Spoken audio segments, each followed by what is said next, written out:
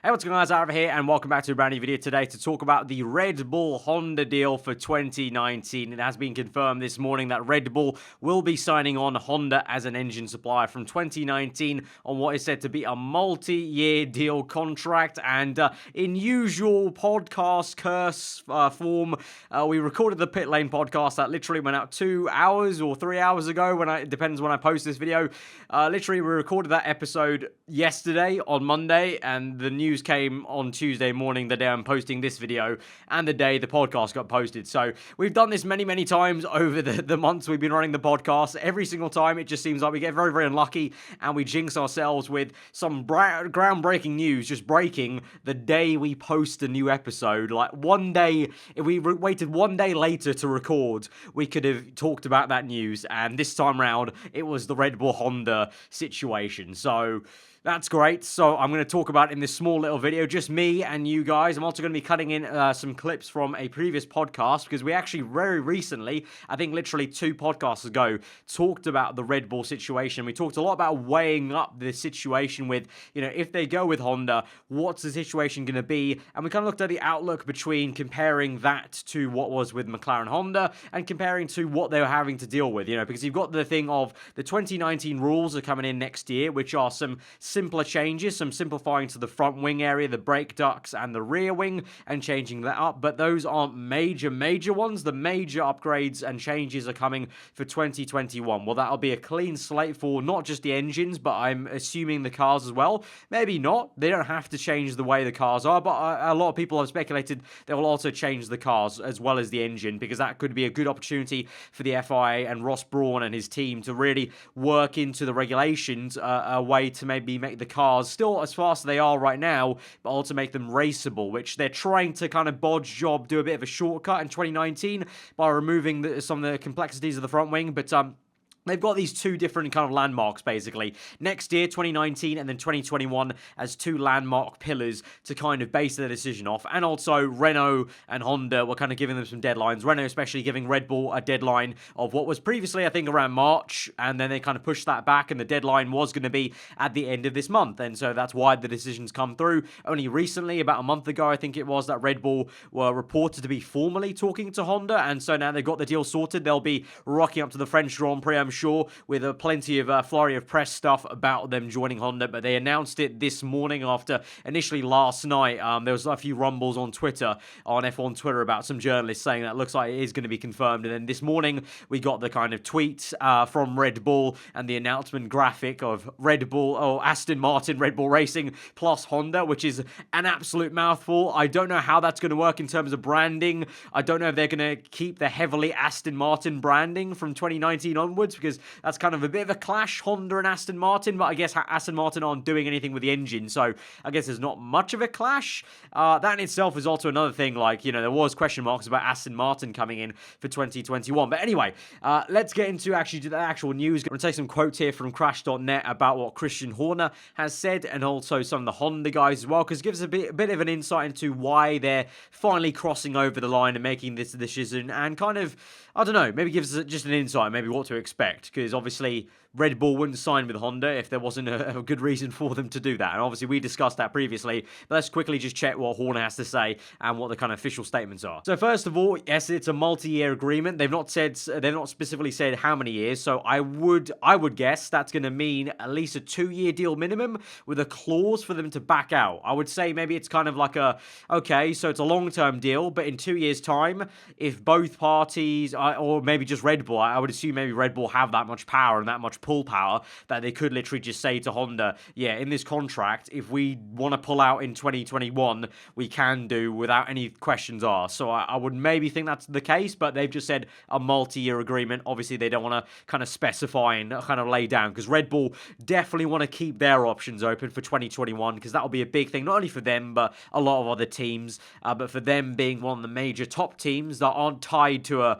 an engine, obviously, they're not a manufacturer, they can go kind of shopping, essentially, 2021. So they don't want to stay put. But Red Bull coming out with, obviously, the very PR kind of heavy statement. We've been impressed by Honda's commitment to F1 by rapid steps they've made in recent times with our sister team, Scuderia Toro Rosso. Obviously, that's a big part of this. The fact that Red Bull own Toro Rosso, so they can 100% look at the data from Toro Rosso. They can probably literally compare that to what they have in the Renault package, and they can see things like, I don't know, the acceleration out of corners, the top end speed. Moving on for the rest of the season, I think obviously now that Red Bull signed the pen to paper, they're going to be literally hawkeyes on Toro Rosso. They're going to be pretty much over their shoulders with Honda, looking at how that upgrading is going on, because essentially wherever Honda get to by the end of this season is their starting point. Obviously there's the winter period where Honda can make another step forward, but the base foundation will be where Honda finish off this season. So not only with Red Bull, they're going to have to do a bit of a juggling task, really, because they're going to have to still focus on 2018, because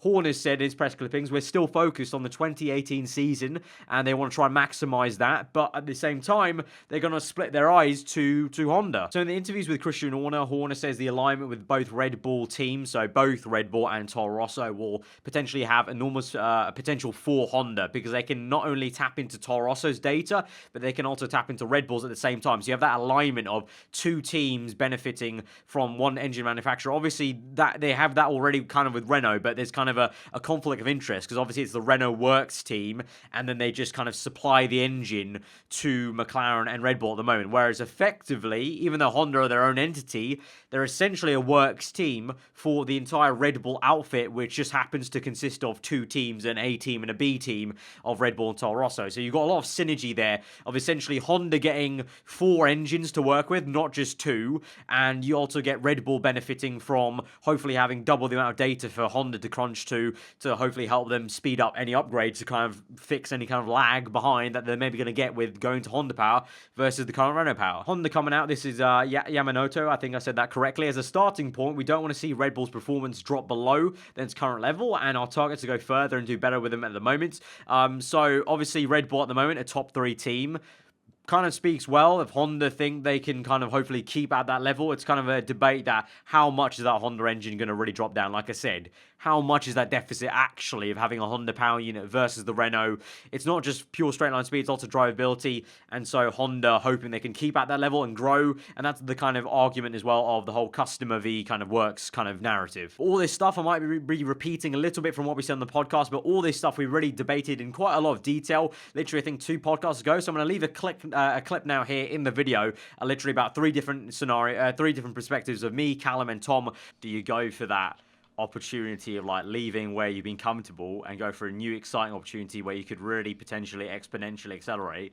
And there's the added chance that, like with McLaren, it blew up in their face basically and backfired. Well, that's what happens with a big team when they try and steer the path of what they want from an engine supplier, whereas actually an engine supplier in this case has steered the path of Toro Rosso and it's worked out quite well. Oh yeah, so maybe that's what might dissuade Red Bull. Yeah, they've worked really well. It's a massive sideways step, isn't it, in my opinion? I don't know. There's not really I think the only benefit you're going to get with Honda as it stands right now is maybe the freak race where the engine seems to go hand in hand with a car like Gasly at Bahrain or Monaco or something, and you can really get the most out of it. But I think in terms of a consistent performer, if there's no reliability troubles, surely Renault is one you've got to stick with, especially if this improvement is an improvement. I think Red Bull now, they need to be back at the top because they need to start winning, because otherwise, once again, they're going to be one of them ones who risk fading into that McLaren abyss of we're on the comeback trail, but every year passes and they're sort of in the same place. Yeah, of course, but they've won races. But what I'm saying is they're still nowhere near a championship. Oh yeah. Like absolutely nowhere near a championship.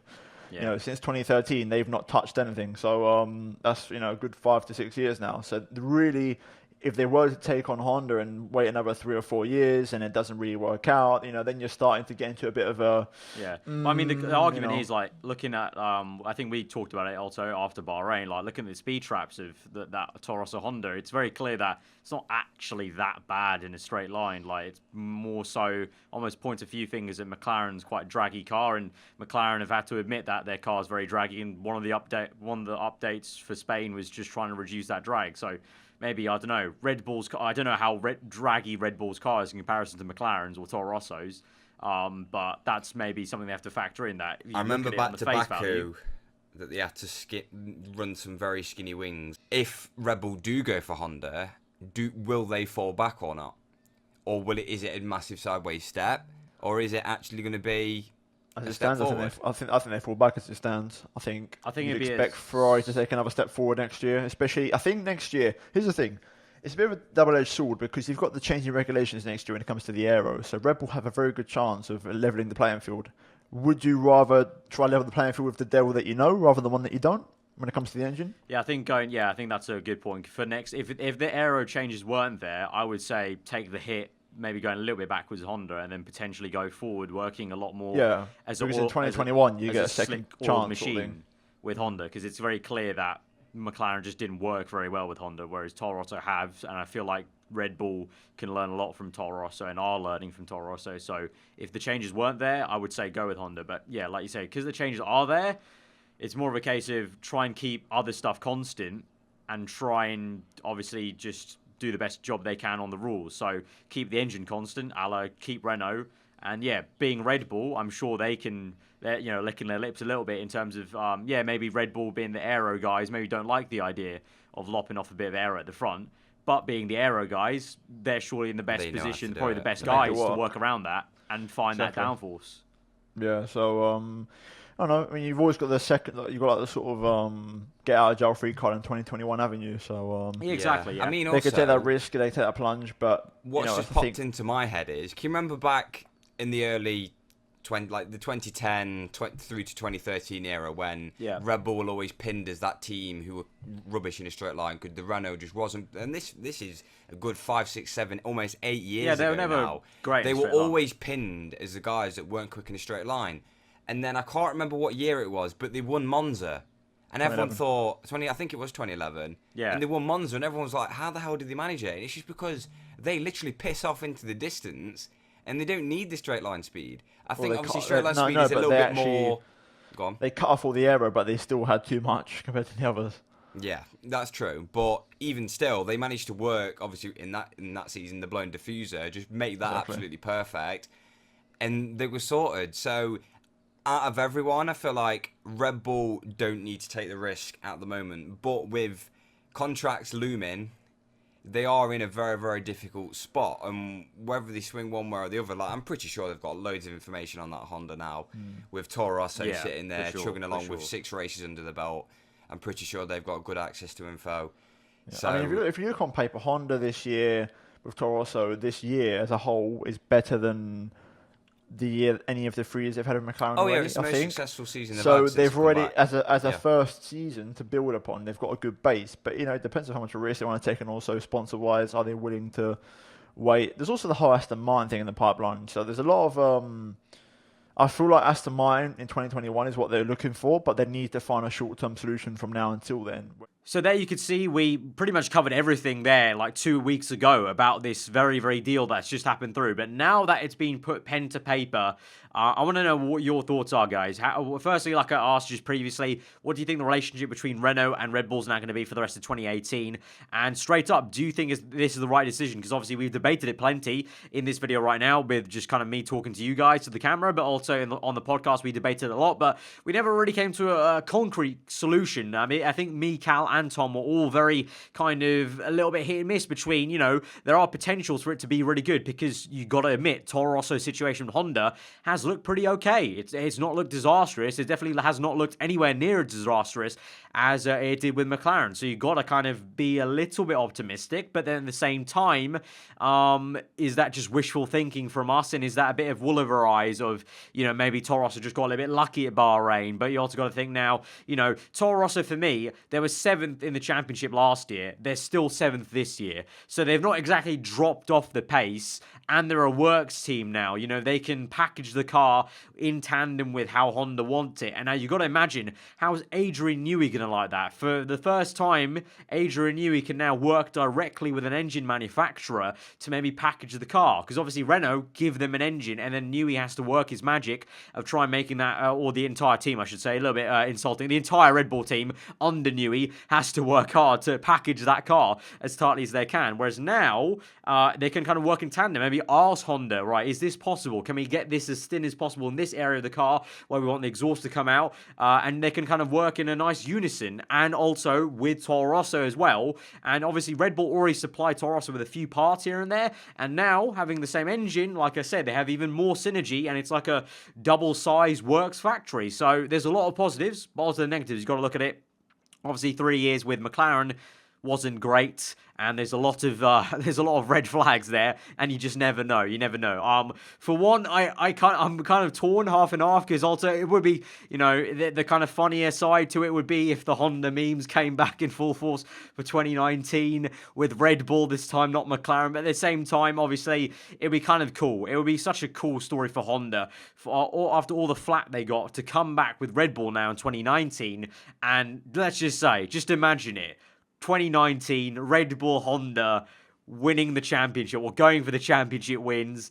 That would be pretty crazy. You would love to see something like that. Be crazy, be crazy. I don't know. Let me know your thoughts on all that good stuff, because this is it's a big deal. So that's why I thought I'd make a separate video. And again, it was kind of a shame with the whole podcast curse once again. But yeah, let me know what you guys thought. If you did enjoy the video and you did kind of agree with some of my points, then do hit that like button. Like I said, any of the stuff I talked about, let me know what you guys are thinking in the comments below. And kind of whatever you're going to comment, kind of leave it in the final statement. Do you think it's the right decision? Yes or no? Just a straight answer, yes or no. Be curious to see how that goes. Actually, I think there might be a way I can do a poll on the video, on the top right of the video. So I'm going to try and see if I can do a poll on the video. I'll do a yes and no. Is it the right decision? I'll see what you guys think. And if you are new around here, do get subscribed for weekly full-on content. Like I said, we literally just uploaded a podcast 3 hours ago, previewing the French Grand Prix and talking about some stuff with Fernando Alonso, IndyCar, McLaren, and that kind of stuff, and also the 2019 regulations and stuff like that. So go check that out if you haven't seen that already. There's also some F1 2018 audio gameplay comparison earlier on